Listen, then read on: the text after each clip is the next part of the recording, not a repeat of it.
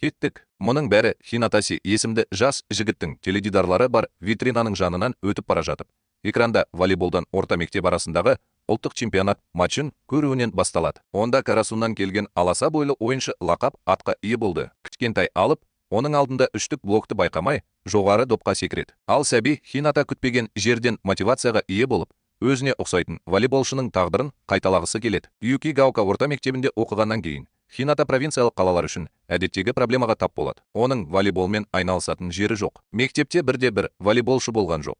Тек бір адамнан тұратын волейбол фан-клубы болды. Бірақ бұл оны тоқтата алмады және ол доппен мүмкіндігінше көп уақыт өткізуге тырысып, қатты жаттыға бастады. Допты өз үстінен соғу дағдыларды дамытуда тиісті прогреске әкелмейтіні анық. Сондықтан барлығына кем дегенде қандай да бір жаттығу мүмкіндігіне ие болу үшін әйелдер волейбол клубына жазылуға тура келді. Тіпті мектептегі басқа жігіттердің оны мазақ еткеніне де кедергі болған жоқ. Бірақ жарысқа қатысу үшін Хинатаға ерлер командасын жинау керек болды. Және оған достарын қандай да бір жолмен көндіру үшін көп уақыт пен күш қажет болды. Сонымен қатар мектепке жаңадан келгендер де келді. Олардың барлығы волейбол клубына қосылуға үгіттеді. Міне, кейіпкеріміз кішкентай алыпты көргеннен кейін 3 жыл өткен соң барлығы және оның командасы бірінші турнирге аттанады. Және дәл осы сәтте менің өмірімдегі көптеген жағдайларды есіме түсірдім. Мен мезгіл-мезгіл көңіл көтеру үшін волейбол ойнайтын жігіттерді көрдім. Бірақ олар жарыстарға қатысқысы келмейді. Тек сол жерде жеңіліске ұшырап, масқара болып қалудан қорқады. Менің ойымша, бұл қорқыныш көбінесе спорттық жетістіктерге нүкте қояды. Өйткені ол жаңа деңгейге көтерілуге мүмкіндік бермейді және адамдарды жайлылық аймағында қалдырады. Бірақ бақытымызға орай, Юкигаока орта мектебінің командасы жігіттерді өзінің ойшыл көшбасшысын тапты. Волейболдан қандай да бір барабар дағдыларды меңгеру барысында серіктестерінің жоқтығына қарамастан, Хината кез келген қарсыласын жалғыз өзі жеңе алатынына сенімді болды. Бірақ өкінішке орай, Юкигаока бірден чемпионаттың фавориттерінің біріне Китагава орта мектебіне түседі. Ал жеңілгендер олардан артта қалады. Тіпті бұл жерде олар сіздің секіруіңіз қаншалықты керемет болса да, волейболда өсу, сондай-ақ техникалық дағдылардың арсеналы маңызды екенін анық көрсете алды. Сондықтан мен барлық бастаушы волейболшыларға кеңес беремін. Секіруді ойланбастан қуып, оны көбейтуді өзіңіз үшін бірінші орынға қоюдың қажеті жоқ. Ерте ме, кеш пе, сіз әлі де секіре алмайтын блок болады. Матчтың соңында біздің кейіпкеріміз де мұны түсінді. Ол блоктан шығуға шешім қабылдады және бұл тек ұпай жинап қана қоймай, қарсыласын да таңғалдырды. Хинатаның кез келген эпизодта тіпті мағынасы жоқ сияқты көрінсе де, күресуге деген ұмтылысы барлығын таңғалдырды. Иә, кейіпкеріміздің жаттығуларына қарағанда, ол секіруді табиғаттан алған. Сондықтан, егер сіз генетикалық дарынмен туылмаған болсаңыз, онда сіз секіруді күшейту үшін көп соққы жасауыңыз керек. Және, әрине, автор волейболдың командалық спорт түрі екенін және мұнда жалғыз жеңіске жету шындыққа жанаспайтынын анық көрсетеді. Басты қарсылас Китагаваның байланыстырушысы Кагияма. Олар ойынға дейін мүдделер қақтығысына түсіп үлгерді. Ал жеңілістен кейін Хината Тобиоға одан алаңның королі атағын алып тастаймын деп уәде берді. Және бұл кітаптың авторлары волейболдың тар шеңберіне аниме жасауға байсалды емес, бірақ осы спорт түріне жаңа адамдарды тартқысы келген сияқты. Сондықтан, бірінші эпизодта олар бізге байланыстырушының кім екенін түсіндіреді. Ал Кагиямаға қарасам, менің көз алдымда шынайы өмір мысалдары да пайда болады. Данна Свингер ол әрқашан бәрін керемет жасайды деп санайды. Және серіктестер оның тамаша қойылымына бейімделуі керек. Олар оған шабуылдаушылардың мүмкіндіктерін басшылыққа алу керек. Жағдай мүлде талап етпейтін сәттерде серіктестерге шамадан тыс берілгендік талаптары оны бүкіл ұжымнан алшақтатады. Міне, мотивацияланған Хината ақыры Карасуна орта мектебінде оқиды. Онда ол кішкентай алыптың тағдырын қайталауды, сондай-ақ Кагияманы жеңуді жоспарлап отыр. Бірақ оның таңданысында шек болмады. Залға ұшып бара жатып, бәрі сол жерде сол байланыстырғышты көрді. Егер басты кейіпкерге дейін Карасунға соққы күтілетін болса, өйткені ол кішкентай алыптың тағдырын қайталауды армандаған болса, онда Тобио үшін бұл тек резервтік нұсқа болды. Өйткені байланыстырғыш өзінің жаман мінезіне байланысты ең күшті мектепке қабылданбады. Хината мен Кагияма арасында қақтығыс басталды. Оны волейбол командасының бір мүшесі, тіпті факультет деканы да тоқтата алмады. Ал ұлдар арасындағы жарыс кезінде болған келеңсіз оқиғадан кейін команда капитаны Дайсава Амура бірінші курс студенттерін алаңнан қуып жібереді. Мен оларға тыйым саламын және олар қазір бір мектепте ойнайтынын түсінгенше жаттығамын. Карасуна кішкентай алыптың жетістіктерінен кейін құлаған чемпиондар мен қанатсыз қарғалар мәртебесіне ие болды. Өйткені олар енді ұлттық чемпионатқа қатыса алмады. Автор волейболды ұйымшыл ұжымның қаншалықты маңызды екенін тағы бір рет атап өтті. Бірақ Кади Яма бұл кезеңде онымен келіспеді. ол байланыстырғышсыз бірде-бір команда табысқа жете алмайтынын анық айтты. Мен онымен міндетті түрде келісемін. Жақсы байланыстырғыш команданың негізгі қозғаушы күші бола алады. Бірақ ұйымшыл ұжымсыз ол көзге көрінетін нәтижелерге қол жеткізе алмайды. Карасунның ойыншылары Хината мен Яма арасындағы матчқа қатысып, біріншісіне сапалы байланыстырғыш, ал екіншісіне жылдам шабуылшы жетіспейтінін көрді. Егер олар бір-бірімен тіл табыса алса, бұл команда үшін керемет қосымша болар еді. Және капитанның орнын қайтару үшін Яма оған 2-2 матчта жекпе-жек өткізуді ұсынғандай. Бірақ ол өзіне қызықты нұсқа болып көрінгендей, оны табуға рұқсат етіңіз, басқа бірінші курс студенттеріне қарсы 3-3 матч. Бірақ Хинатикке шұңқырға көмектесу үшін Карасунның қазіргі ойыншысы Танака жіберілді. Тапсырма қарапайым болып көрінді. Бірақ бұл жаңадан келгендер жоғары дәрежелі Цукишима мен оның серіктері құдіретті болды. Және олар үшін бұл жекпе-жектің жолы маңызды емес еді. Бірақ олар корт патшасын жеңуге қарсы болмады. Дегенмен, Каяманың өзі мұндай лақап атқа мүлдем ұнамады. Танака жаттығусыз жеңіске жету қиынға соғатынын түсініп, жасырын түрде таңертең ерте ер балаларға арналған жаттығулар өткізеді. Оған кейінірек Убавараның шөміштері қосылды. Карасунның қазіргі байланыстырушысы Хината шабуыл жасағысы келеді. Бірақ шұңқыр томға пас берудің мәні неде екенін түсінуге мүмкіндік береді. Егер бәрі допты байланыстырғышқа дейін жеткізе алмаса, және бұл автордың хайкюдегі тағы бір құнды сабағы, өйткені ұтыс ойыны қабылдаудан басталады. Ал егер сіз оны қалай қабылдау керектігін білмесеңіз, ол соққыға дейін жетпеуі мүмкін. Содан кейін Суга Хинатаға сабақ арасында қылыштарын жаттықтыруға көмектеседі. Мұның бәрі аяқтан басталатынын және бұл жағдайда қолдар тек көмекші құрал екенін түсіндіреді. Егер сіз аяғыңыздың жұмысына және доптың астына түсуге емес, тек қолыңызға назар аударсаңыз, сіз жақсы қабылдаушы бола алмайсыз. Яма сияқты үзіліс кезінде жаттығып жатқан Сиді байқап, бұл жігіттің, сондай ақ байланыстырушының өзі жеңіс үшін бәрін жасауға дайын екенін түсінді. Сондықтан сабаққа дейін ұлдар жаттығу залында жаттығады. Үзіліс кезінде Хината коучымен бірге жаттығады. Ал сабақтан кейін түнге дейін жігіттер қабылдау бөлмесінде жаттығуға уақыт бөлді. Міне, осындай сабақтардың бірінде ұлдар болашақ қарсыластарымен кездесті. Бұл оларға одан да мотивация берді. Прогресс әлі көп күттірмеді. Сондықтан Яма әлі де көптен бері сенбейтін серіктесіне беруге шешім қабылдады. Өміріндегі алғашқы жақсы трансферін алған Хината жай ғана бақыттан жарылып жатыр. Міне, мен оны жақсы түсінемін. Мен өмірімнің көп бөлігін байланыстырғышсыз жаттығумен өткіздім. Сондықтан әдетте күшті ойыншылар тіпті назар аудармайтын жақсы пас беру мен үшін керемет ләззат көзі болды. Мен оларды қайта-қайта алғым келді. Міне, сол тағдырлы матчтың күні келді. Савамура жігіттерге қарсылас команданың үшінші ойыншысы болатынын айтты. Және ол жеңіске жету мақсатына жетпесе де, бірақ жас блокатор Цукишима қарсыластарына өте қатал қарады. Және шынымен де Кагиямды жеңгісі келді. Бірнеше сәтті шабуылдардан кейін Анаки Каяма Хинатаға жіберуді шешеді. Бірақ Цукишима бәрін қатарынан бірнеше рет жауып тастады. Сонымен қатар томға өсу туралы еске салу мүмкіндігін жіберіп алмады. Содан кейін авторлар бізді байланыстырушының лақапатына, сайттың патшасына сілтеме жасайды. Бұрынғы командаластары Яманы өзінің ұятсыз, нарциссистік, өзімшіл мінезі үшін осылай атаған. Қарсыластың блогын басып озу үшін ойынды тездетуге тырысып жатқанда, Яма оның шабуылшысының мұндай әрекетке дайын емес екенін қалай ескермеді. Және бір күні финалдық матч кезінде оның пасына ешкім жауап бермеді. Содан бері байланысшы ешқашан өзінің қолтаңбасын жылдам пас беруге тырыспады. Бірақ дәл қазір дәл осындай жағдай сотта болып жатыр. Шабуылшы блокты жеңе алмайды және жылдамырақ пас беруді пайдалана алмайды. Бірінші рет бәрі ойдағыдай болмай қалса да, Яма Хинатаның орта мектепте оған жетіспейтін шабуылшы екенін бәрібір өзі түсінгендей болды. Бұл бағыттағы алғашқы талпыныстар онша сәтті болмады. Олар бір-бірін түсіну үшін қиын жолдан өтуі керек еді. Яма қай жерде болса да, допты Хинатидің қолына салуы керек еді. Алсе еркін аймақта ашылып, көзін жұмып, жай ғана секіріп, допты соғуы керек еді. Бұл жерде, бәлкім, мен көрген эпизодтар үшін авторлар шындықтан алшақтап, кейіпкерлердің қабілет деңгейін сәл безендірген бірінші рет шығар. Иә, және трансферге арналған еркін аймақта ашылу бұл баскетбол ойыны. Бірақ соған қарамастан, бұл идеяның хабары керемет екенін атап өткен жөн. Өйткені серіктесіңізге толық сенім артпасаңыз, волейбол сияқты командалық спорт түріндегі елеулі жетістіктерге үміттенудің қажеті шамалы. Егер бір командадағы екі жақсы ойыншы жай ғана екі жақсы ойыншы болса, онда командалық қарым-қатынастары жақсы екі ойыншы қазірдің өзінде маңызды қару болып табылады. Мен уәде еткенімдей, мен Мухинатаны 3-3 матчта лайықты жеңіске жеткеннен кейін команда қатарына қабылдадым. Цукишима мен мықтыларда өздерінің командалық жабдықтарын алды, өйткені олар капитанмен дауласпады және бұған дейін өзен бойында тең түскен жоқ. Міне, осындай әдемі нотада Махаббат клубының кеңесшісі Такеда залға кіріп, Карасунаны префектураның ең жақсы командаларының бірімен, атап айтқанда, орта мектеппен жолдастық кездесу күтіп тұрғанын хабарлады. Алдымен, бұл керемет сюжеттік бұрылыс сияқты көрінуі мүмкін. Бірақ мұнда да бәрінің логикалық негіздемесі болды. Жаттықтырушы мектептің аты осылай аталады.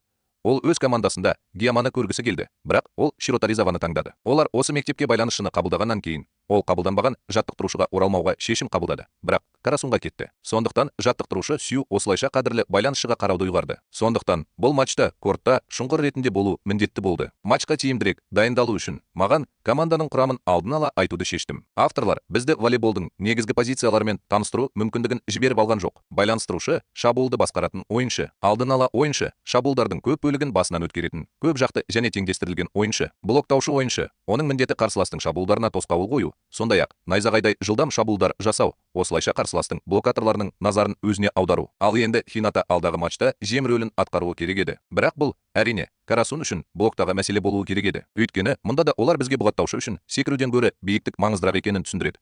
Өйткені ұзын бойлы ойыншы қажетті нүктеге тезірек жетеді. Мұнда олар кейіпкеріміздің жылдамдығы мен рефлекстеріне сүйенуді ұйғарды. Ол әрқашан шабуылдарға ілесе алады және оларды жай ғана жұмсартады. Мен күшті орталықтарға қарсы ойнаған сайын, тіпті қарсыласымды оқығаннан кейін де мен жоғары жылдамдыққа байланысты дұрыс биіктікке көтеріле алмаймын, немесе шабуылды жабу үшін қолымның ұзындығы жеткіліксіз. Сондықтан, егер бәрі ойдағыдай болмаса, онда табысқа жету мүмкіндігі онша көп емес. Ал Хинатаның өзінің ерекше ұстанымына қатты алаңдайтыны анық, өйткені ол орта мектептен бері жарыстарға қатыспаған. Ал бұл жерде қарсыласы мықты, позициясы да ерекше. Өкінішке орай, серіктестердің ешқайсысы бұл жағдайда әріптесіне қалай көмектесуге болатынын білмеді. Бұл тәжірибе ойын алдындағы түнде ұйқысыздықтың айқын себебі болды. Сондықтан, Хиратов демалып, шайқасқа дайын болудың орнына матчқа барған кезде өзін жақсы сезінбеді. Сондықтан жекпе-жек қаншалықты жауапты болса да, әрқашан эмоцияларыңызды басқаруға тырысыңыз және матчтың өзіне дейін бұл туралы тіпті ойламаңыз. Өйткені ойынға неғұрлым ұзақ бейімделсеңіз, соғұрлым оны бұзу ықтималдығы соғұрлым жоғары болады. Мен қазірдің өзінде қанша ойыншыны көрдім. Олар ысқырық басталғанға дейін жанып кетті. Қожайын мен командалар арасындағы ауызша қақтығысты өршітті. Оның барысында Яманың бұрынғы мектептегі жолдасы оған өзінің өзімшіл ойын стилін еске түсіруге мүмкіндік бермеді. Хината оларды керісінше өлтірмек болды. Бірақ дау-дамай кезінде бұл ойыншының эмоционалдық жағдайын нашарлатты. Ол ойынға мүлдем дайын емес еді. Бәрі қателесті, тіпті мұны істеудің қажеті жоқ жерде. Ол басқа адамдардың қылыштарын алып, торға түсіп, иннингте қателесті. Апаге қылыштың басынан сетболдағы шұңқырға қарай соғуы болуы керек еді. Бұл Хинатаның орындыққа кетуін алдын ала көрсетті. Бірақ мен сіз сияқты бұған сабырлы түрде жауап бердім. Сондықтан мен қазір қорқатын ештеңе жоқ екенін және ойынға назар аударуға болатынын түсіндім. Бұл әсіресе Танаканың мотивациялық сөзіне көмектесті. Барлығы Хинатаның ең жақсы ойыншыдан алыс екенін жақсы түсінді. Бірақ сонымен бірге олар оған сенді және бала өзінің әлеуетін толық ашу үшін нәтижеден бас тартуға дайын болды. Ал Хината ақыры нағыз команданың бір бөлігі болғанына қатты қуанды. Мен мұнымен келісе алмаймын. Керемет, командада ойнау ұмытылмас эмоция. Тек жақсы командада ғана мықты ойыншы өзінің әлеуетін барынша жасыра алады. Сондықтан мұндай тәжірибесіз ойнамаған команда бұдан да шебер қарсыласын таң қалдырады деп ешкім ойлаған жоқ. Содан кейін күтпеген жерден Садионың осы уақыт бойы резервтік байланыстырушысы болғаны белгілі болды. Негізгі байланысшы және команда капитаны Айкава жарақат алды. Содан кейін ол келіп, алаңға шығуға дайын болса да, бұл біртүрлі болып көрінді, бірақ жарайды. Каже Масакава өз-көзімен таныс болды, және ол шабуылмен қызмет көрсетуде байланыстырушы Карасунға дейін үлгі болды. Сондықтан Айкава жақсы жылынғаннан кейін, оның маңыздылығын айтпақшы, авторлар жас көрерменге еске салуды ұмытпады. Қызмет көрсетуді күшейтуге шықты. Және Сейди 20-24 есебімен іс жүзінде жеңіске жетті. Бірақ соған қарамастан, блоктағы жұмсарту мен Синаттың жылдам шабуылының арқасында Карасуна бұл матчта жеңіске жетті. Және соңғы апталарда болған оқиғалар шұңқырға қарай айтарлықтай өзгерген сияқты. Оның бұрынғы командаласы Киндерит байланыстырушының қазір тек өзі үшін ғана емес, бүкіл командасы үшін алаңдайтынына сене алмады. Акава өзінің иннингінде Карасунның әлсіз жақтарын атап өтті. Сондықтан алдағы турнирде жақсы өнер көрсету үшін, командаға қабылдау және қорғау үшін көп жұмыс істеу керек болды. Бірақ жақсы жаттықтырушысыз бұл тапсырманы орындау мүмкін емес еді. Содан кейін аты аңызға айналған жаттықтырушы Карасуна Акай жұмысқа қайта оралуы керек екені белгілі болды. Сондай-ақ, ол командаға Құдайдың қамқоршысы лақап атымен Шиной емес, оралды. Ол шын мәнінде Хинатадан да төмен болып шықты. Осыған қарамастан, командаға әлі де жаңа ойыншылар қажет болды. Өйткені еркін және диагоналсыз жақсы команда өмір сүре алмайды. Жігіттер сұрады, неге мықты мектепте оқыған Шиной Карасунға оқуға түспеді? Оған өмірлік жауап жеткілікті болды. Бұл оқу орны үйдің жанында болды. Формасы да әдемі, әсіресе қыздар арасында. Бұл өмірде не бар? Балалардың өмірде алға жылжудың болашақ нұсқалары бар перспективалы оқу орнын таңдамайтынын, жай ғана жайлы және үйде қатты күйзеліске ұшырамайтын нәрсені таңдайтынын жиі байқауға болады. Хината Мишиноның керемет қабылдауына қарап, оның либер позициясында ойнайтынын түсінеді. Барлығы одан допты қалай қабылдау керектігін үйретуін сұрайды. Өйткені оның пікірінше бұл волейболдың ең маңызды элементі. Міне, мен онымен келісемін. Сондай-ақ, Хинаттар Шинойға өзінің құдайдың қамқоршысы деген лақап аты туралы айтпайды. Оны Либера ең болмағанда таң қалдырды. Сондықтан мұндай жалынды сөзден кейін Нишина Хинатиге көмектесе алмады және оны жаттықтыруға келісті. Мұнда автор бізге волейболдағы Либераның кім екенін түсіндіреді. Либера қорғаныс әрекеттеріне маманданған ойыншы және команданы қорғаудағы қабылдауды жақсарту үшін олар орталық блокаторлардың артқы сызығымен ауыстырылады. Либераның команданың эмоционалды тірегі болуы сирек емес. Сондықтан, егер сіз жақсы қорғаушы ғана емес, сонымен бірге харизматикалық тұлға болсаңыз, онда сізді кез келген командада қарсы алады. Сондықтан бойыңыз қандай болса да, волейбол ойнағыңыз келсе және осы ойынмен айналысқыңыз келсе, онда сіз әрқашан командаға пайда әкелудің жолын таба аласыз. Иә, сіз кәсіби ойыншы болмауыңыз мүмкін, бірақ бұл әрқашан ең маңыздысы емес. Бірақ мен үшін ең бастысы сүйікті ісіңізден ләззат алу. Осы уақытта Суга ең жақсы ойыншы Карасун Асахиді командаға қайта оралуға көндіруге тырысты. Бірақ мектеп командасының бұрынғы жетекшісі бұлжымас еді. Өйткені өмірде болғандай, Асахи волейболдан шаршады және волейболды көргенде оның көздері енді әдеттегі жылтырлығымен жанбайды. Және оның ешқандай дене жарақаты болмаса да, бірақ психикалық проблемалары бар тері тесігі спортшы үшін де күрделі мәселеге айналуы мүмкін. Негізгі матчтардың бірінде Асахидің барлық шабуылдары бұғатталды және ол әрқашан барлық кінәні өз мойнына алғандықтан, психологиялық тұрғыдан ол бұл ауыртпалықты көтере алмады және волейболмен айналысуды шешті. Ескі дәстүр бойынша Такеда залға тағы бір жақсы жаңалықпен кіреді. Оқу-жаттығу жиынын жариялаумен қатар, соңында Карасуна командамен және Токио Некамамен жолдастық кездесу өткізуі керек еді. Бұрын бұл жекпе-жектер үнемі өткізіліп тұратын. Тіпті оларға қарғаларға қарсы мысықтар деген ат берілді. Қоқыс үйіндісіндегі шайқас. Бұл өте күмәнді естіледі, бірақ жақсы. Тек Нишинаның Асахисіз ойнағаны бәрін бүлдірді. Сондықтан Хината Яма ретінде тағы бір рет ойыншыны көріп, командаға оралуға шешім қабылдады. Шабыттандыратын оқиға Сахаға өте таныс болып көрінді және ол бірінші жылдың әрбір сөзін жүрегіне жақын қабылдады. Ал Яма сияқты, ол өз кезегінде жеңіске тек команда ғана қол жеткізетінін баса айтты. Оны жақында өзі де түсінбеді. Сондықтан, егер сіз жеңіліп қалсаңыз, онда сіз бұл жағымсыз жағдайды бірге бөлісуіңіз керек және барлық кінәні өз мойныңызға алуға тырыспауыңыз керек. Жаңадан келгендердің сөздері Сахиге жеткен сияқты және ол волейболды әлі де жақсы көретінін баяу есіне түсіре бастады. Ол оны Сугада, Шинада қабылдамайды деп қорықты, бірақ керісінше, олар оның оралуын күтті. Суга туралы бұлай ойлау біртүрлі болғанымен, ол Асахиді мектепке алып кетуге келгенін ескерсек. Бапкер іздеп жүргенде Такеда бірнеше рет Укайды бұл қызметке кірісуге көндіруге тырысты, бірақ нәтиже болмады. Бұл кейіпкер мезгіл-мезгіл нарықта сатушы ретінде пайда болды. Кон жаттықтырушылық қызметке қызығушылық танытпады, бірақ Никомға қарсы алдағы жаттығу матчы оның бұл мәселеге қатысты ұстанымын түбегейлі өзгертті. Өйткені ол өзінің ізбасарларының өзі үшін осындай принципті жекпе-жекте жеңіліп қалуына жол бере алмады. Бұл команда үшін нағыз шок болды. Өйткені олар бұл жай ғана дүкеннің сатушысы, аты аңызға айналған директор Укайдың немересі емес, тіпті волейбол жаттықтырушысы деп сенді. Кон бірден өзінің жаңа палаталары үшін Карасон ауданының командасымен спарринг ұйымдастырады. Онда ол жас ойыншылардың қазіргі деңгейін тексеруді жоспарлады. Рас, толық құрамда аудан командасын жинай алмады. Сондықтан Суга, Асахи және Нишиноя қазіргі Карасон мектебінің командасына азды көпті таныс комбинацияда қарсы шығады. Бірақ содан бері көп уақыт өтті. Сугой Нишино әлі де жақсы тіл табыса берсін.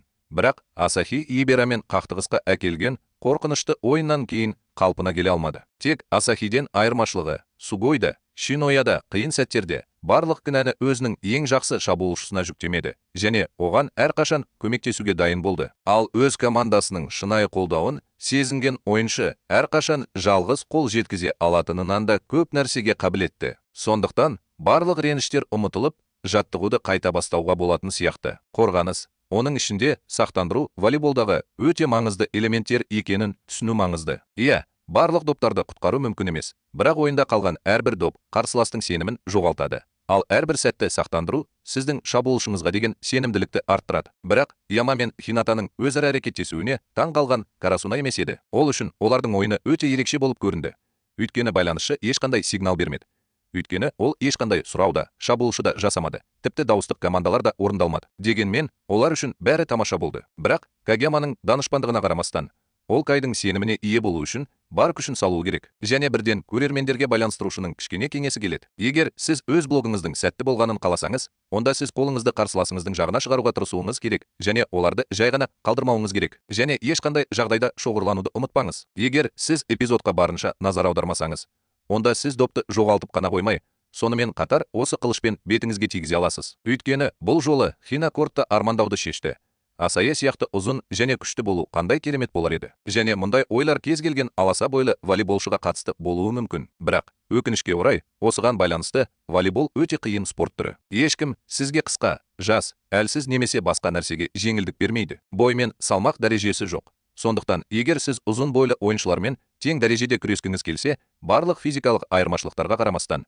олардан жақсырақ ойнауға тура келеді. Иә, сіз жақсы ойыншы болмауыңыз мүмкін, бірақ егер сіз өзіңізге жүктелген міндеттерді орындасаңыз, онда сіздің командаңыз жеңеді. Бұл уақытша атақ даңқтықтан әлдеқайда маңызды. Мен допты алаңға үнемі лақтыра алмайтынымды, немесе топтық блокты таза жеңе алмайтынымды өзім қабылдадым. Сондықтан, менің ойын стилім жиі өте әсерлі көрінбесін, бірақ бұл оның тиімді болуына кедергі келтірмейді. Әрі қарай мотивациялық бөлімнен теориялық бөлімге көшеміз. Авторлар бізді сырғанау алаңымен таныстырады. Бұл қуат сияқты қорқынышты көрінбесін, бірақ дұрыс орындалса, оның тиімділігі айтарлықтай жоғары болуы мүмкін, әсіресе әуесқойлық деңгейде. Болжау мүмкін емес траектория көбінесе күшке қарағанда үлкен проблемаға айналуы мүмкін. Сондықтан, жолдастық кездесуде жеңіліске себеп болған қабылдаудағы қиындықтар болды. Сондықтан, Красунаға жаңадан келгендерге бұл элемент бойынша әлі де көп жұмыс істеу керек болды. Бұл ойын көптеген жаңа позитивті ойлар әкелді және жаңа күшпен олар үлкен жеңістерге үміттеніп, жаттығуларын жалғастыруға дайын болды.